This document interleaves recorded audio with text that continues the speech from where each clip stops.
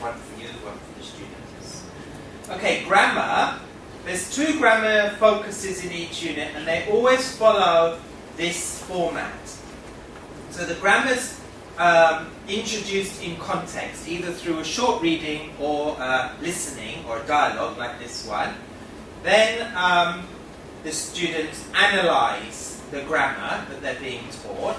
So they do some analysis, and kind of this is the inductive part of working out the rules. Then, well, here, this is a functional part of grammar, so they look a little bit at the function too. And then 3, they practice. So this is a traditional practice, like choosing the correct form or whatever. And then, now you do it, they always end the grammar with a communicative task. Because I think the problem with students, maybe they've studied in Pratom, in Mattheon, they've learned lots of grammar, but they don't apply it to communicative situations. So here, they apply their grammar straight away in a communicative task, and they use it here. Okay. Watch out boxes also show the students some common mistakes or errors that students make to help them avoid this. Okay, so then the next thing we come to is a reading, and what you'll see here is, I mentioned before that in each unit, 2 of the skills are focused on, and they teach a sub-skill. So the listening was just listening practice that we did before. But here you'll see this reading is a reading with a focus of a sub-skill, and here it focuses on pronoun referencing in the text. So when they're focusing on a skill, you see one of these little cogs, and it will explain here. Pronouns and words like this, that, there, and these, those, can replace noun phrases and even entire sentences. Read the sentences that come before a pronoun to help identify what the pronoun refers to. So it explains what the thing is, pronoun reference here as an example, but it could be skimming, it could be scanning, it could be listening for details, it depends on the skill. And then the students practice that skill, pronoun reference here, with the text that they've got in the book. So it builds up the skills they need. And then, again, after the reading, there's a communicative activity as well here. Then, the next section here is vocabulary. So as I said, there are 2 vocabulary focuses in every unit. So they focus on another aspect of vocabulary here. And this is sort of like collocations here, make a reservation, change money, these kind of phrases, the common phrases for travel. Then there's a writing activity here, and here is just a writing practice. You see this one's focusing on Thailand. It's focusing, and it's about Chatuchak Market.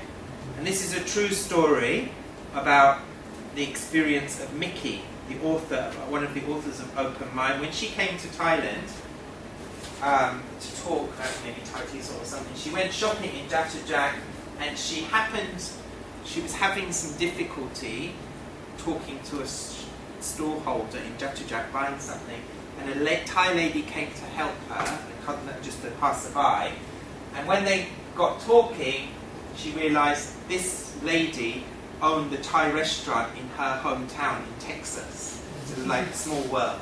So this is her story, but it's just a real story that someone might write on a blog, and then the students think about an interesting travel experience or somewhere they know, and they write something about it.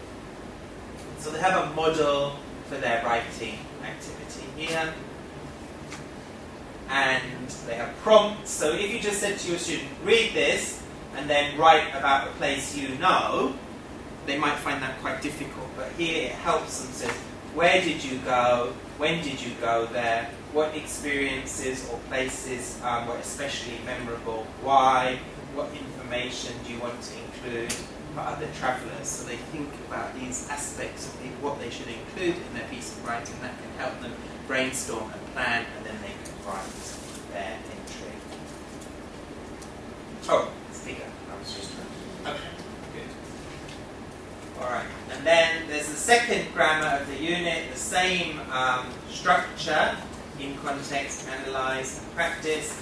And also you have these notice boxes as well to try and help students notice the patterns of grammar and the usage of the grammar.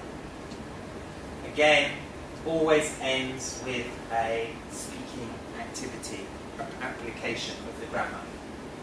Okay, and then the final sections in this unit are speaking, and they're teaching a speaking skill here.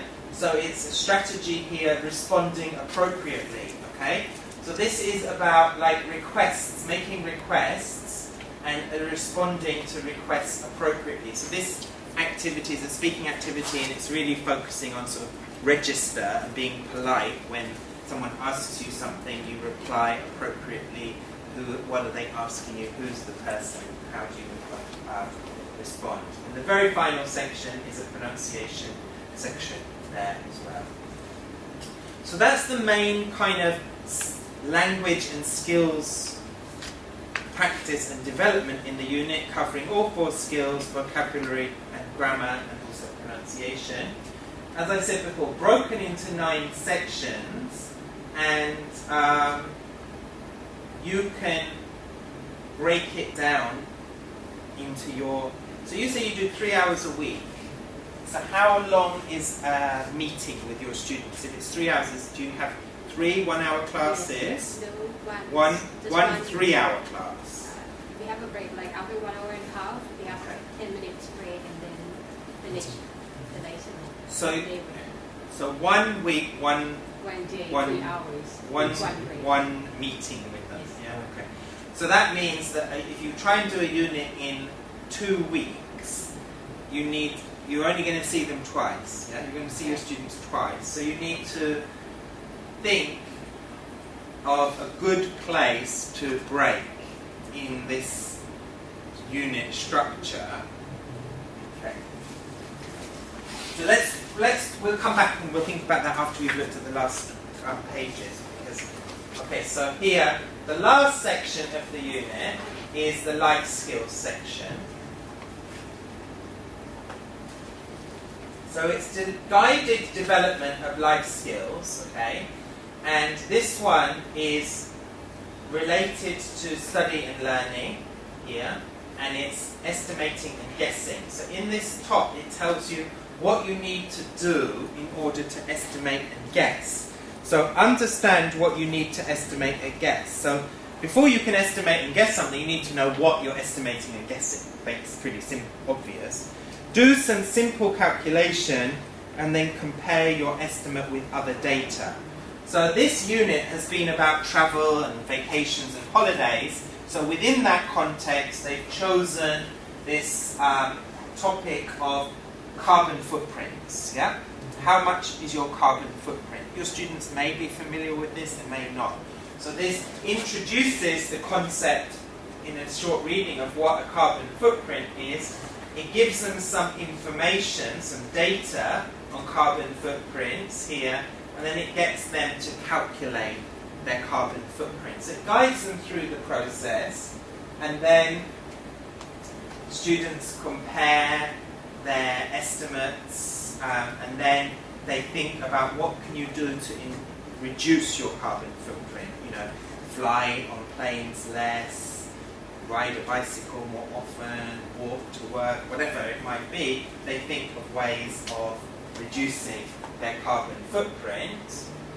And then at the end of each unit, they also look at how they can apply this estimating and guessing to other areas of their life.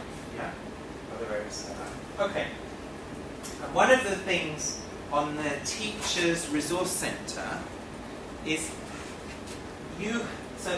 the life skills lesson in the book will focus on one of the domains. It might be work and career, or it might be study and learning, or it might be life.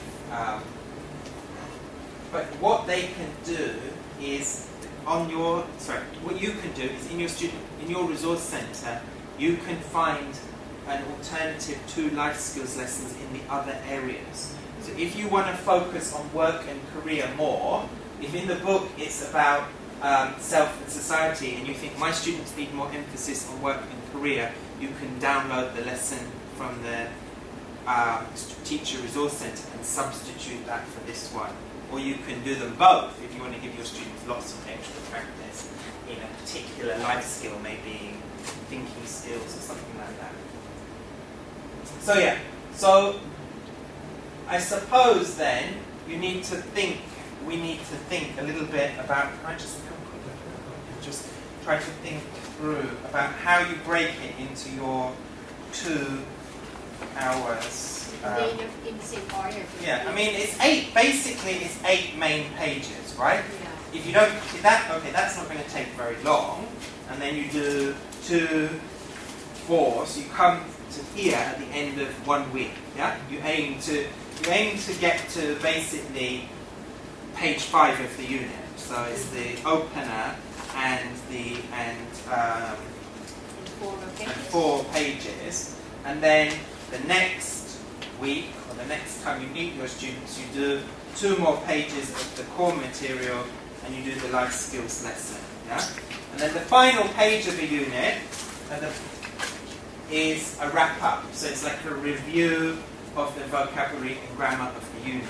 Okay, so you can do this in class, or if time is run out, this is something students can do as self-study. You know, they just go, they do this. You could ask them to, and then you can check it in another lesson. Yeah.